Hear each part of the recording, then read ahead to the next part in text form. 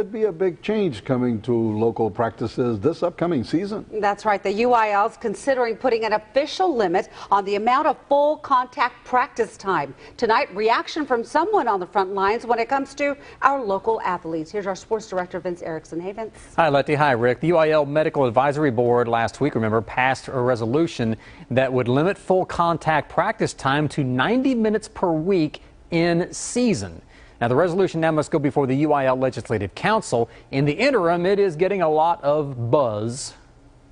I caught up with Valley Athletic Trainers Association President Bob Aparicio this afternoon to get his take on the resolution.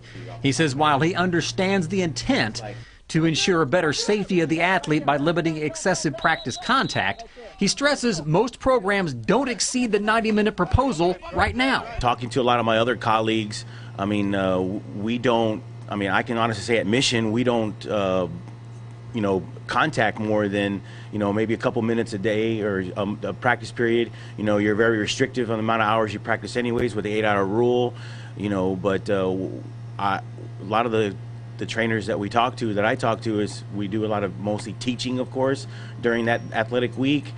But as far as amount of contact that would exceed over an hour, I haven't seen that.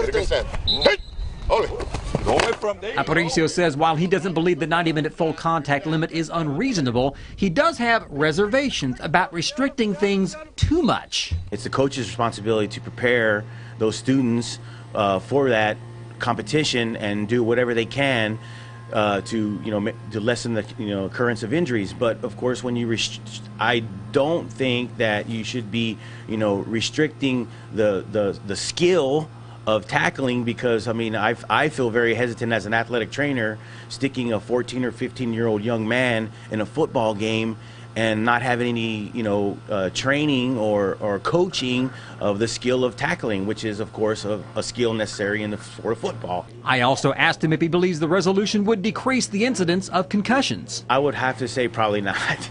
Probably not. Like I said, most of the concussions that I deal with in football are in the game.